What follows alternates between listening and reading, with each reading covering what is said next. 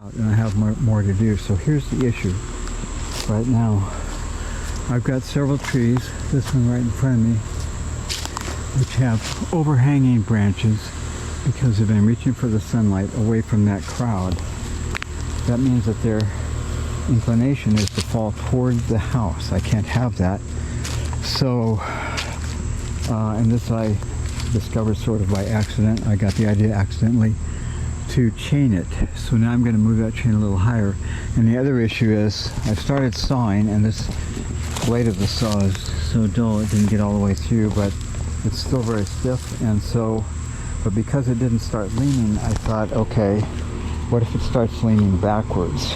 A, it'll trap the blade, and B, then I really don't want it to go backwards, and what will I do about it? So then I got the idea, which you see there, to get one of these long straps. This one's able to hold over 3,000 pounds, and put tension on the tree and start pulling it the way I want it to go and actually start the break.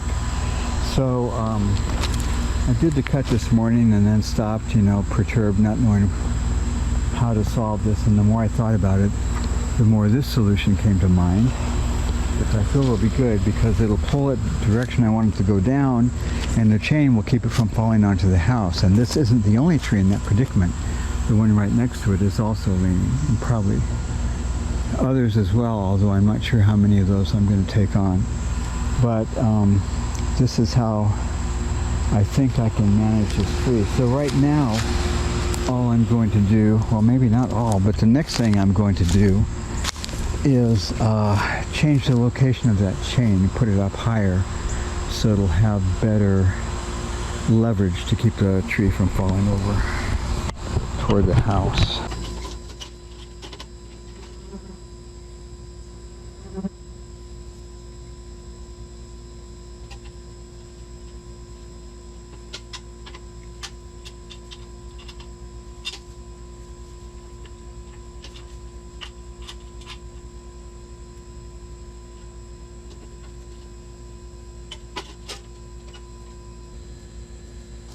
Right, see what happens if I start to actually put a little tension on it.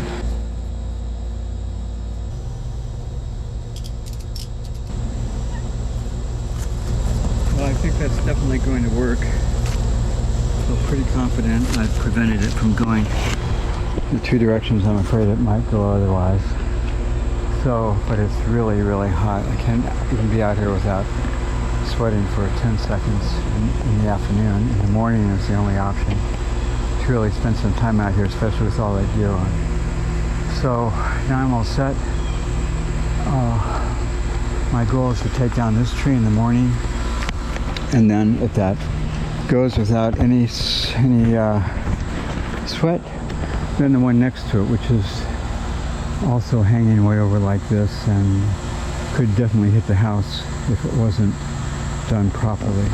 One reason I'm kind of like freaked out about this, a little bit more than I would have been otherwise, was there was one tree over there that was leaning, actually leaning down that way, but because that tree there with that branch sticking way out toward the porch was like, what do you call it, this like wiper or whatever that pushed it toward the house, and it turned out to be a pretty tall tree.